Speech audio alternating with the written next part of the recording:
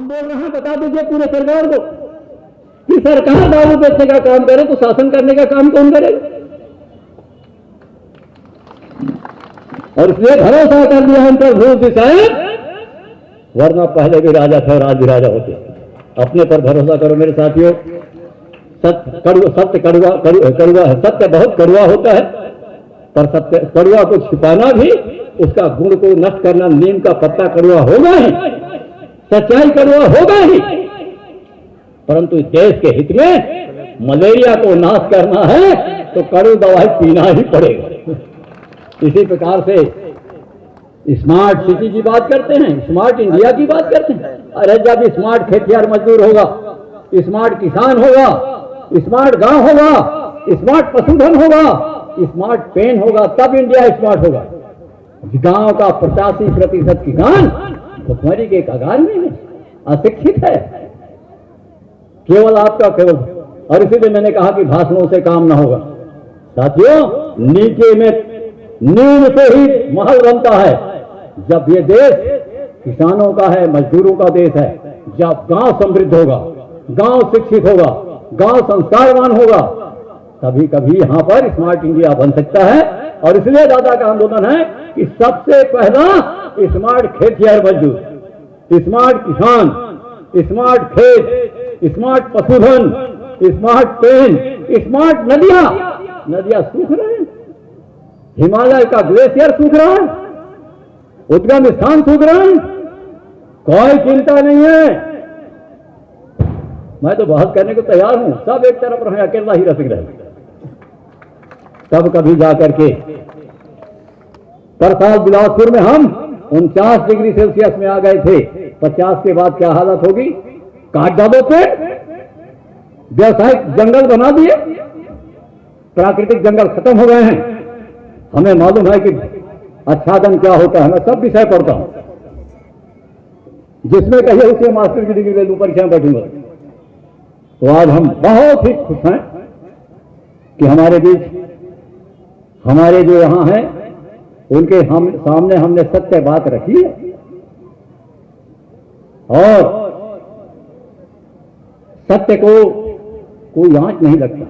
जिस दिन ये देश का किसान, देश का खेतिहर मजदूर समृद्ध होगा, तभी देश समृद्ध होगा। और आज जो स्थितियां हैं, हम उसके लिए जिम्मेदार हम ही लोग हैं।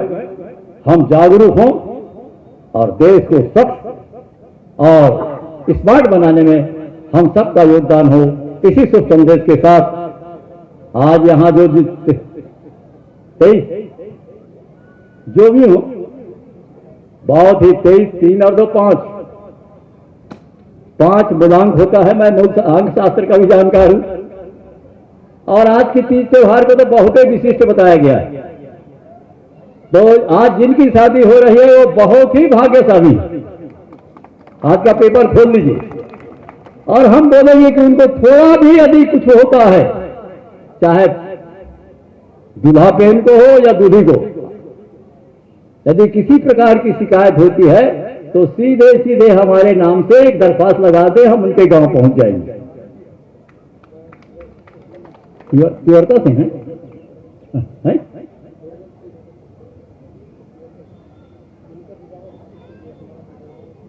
वो जहां से बताइए, वो वहां बहुत बैठा है। अरे वहां तो जाओ तुम पहले, वो बुला रहा है कम, वो मेरे राष्ट्रीय महासचिव जी बुला रहे हैं। तो हम सबकी समुचित, किसी का समाज बिगाड़ नहीं करता। समाज सबको, समाज सब माने बराबर, जो बराबर हो, जिसमें ना कोई छोटा हो ना कोई बड़ा हो। ऐसी सामाजिक समस्या का सिद्धांत भी हमारी जिम्मेदारी आती है। हम कोशिश करेंगे आंदोलन के माध्यम से कि आने वाले समय में जो हमारी सपना है कि हम इनको जीविकायुक्त, ताकि उनको कोई भी, हम यदि कभी भी आगे शादी होगी, हम लगे तो हैं, इनको हम रोजगार दे सकें। यही एक हमारा इस शादी का उद्देश्य है कि खाली शादी कर देना तो अपने घर में भी साथ फेरा हो सकता है। सारा समाज के द्वारा हमारे कार्यकर्ताओं के द्वारा 1 किलो चावल और 10 रुपए के भरोसे ये कार्यक्रम होता है। ठीक है, पर साल भी सरकार की ओर से सहयोग दिया गया था, मुझे लगता है इस साल भी कुछ, क्योंकि वो भी पैसा आप ही का है, कोई और किसी का नहीं है। दिल्ली के खजाने में पैसा है वो आपका है, रायपुर के खजाने में पैसा है वो आपका है, किसी और का नहीं है, जनता का है। ये जनता का शासन है और इसलिए हमें उनके द्वारा सहयोग यदि दिया जाता है तो हमें कोई एतराज नहीं है। पर हम भविष्य में कहेंगे कि ये इनको ऐसा चीज दो जिससे ये जीवन में इनको रोजी रोटी मिलता रहे। ये भी संदेश मैं इस माध्यम से सरकार को भेज रहा हूं। एक 3 टक्कर के हम लाले नहीं है। हम जानते हैं कि गांव गरीब हो गया, अगरिया का काम टाटा ने छीन लिया, जूता बनाने वाले का काम बाटा ने छीन लिया, दोना पत्तल का बनाने का काम सिंटेक्स ने छीन लिया। गांव में कोई रोजी रोटी नहीं है, खोदने का काम जेसीबी मशीन कर रहा है, कहीं भी कोई काम नहीं रह गया है। हमें अब समझाने की जरूरत नहीं है, जहां भी बुलाना है हम तैयार हैं, मेरा नाम नोट कर लें। हमें तो विकास किसे कहते उसकी परिभाषा समझाया जाए। हम काम करते हैं 12 बजे तो शाम को हमको रोजी मजदूरी दे दिया जाए हम बचा लेंगे। चक्कर काट रहे हैं, 2-2 साल 1.5 साल से लोगों को मजदूरी नहीं मिल पा रही, काट लिया गया, घूम रहे हैं, इलाज नहीं हो पा रहा है। हम भी सुनने को तैयार हैं समालोचना, हम किसी को छिपा नहीं रहे।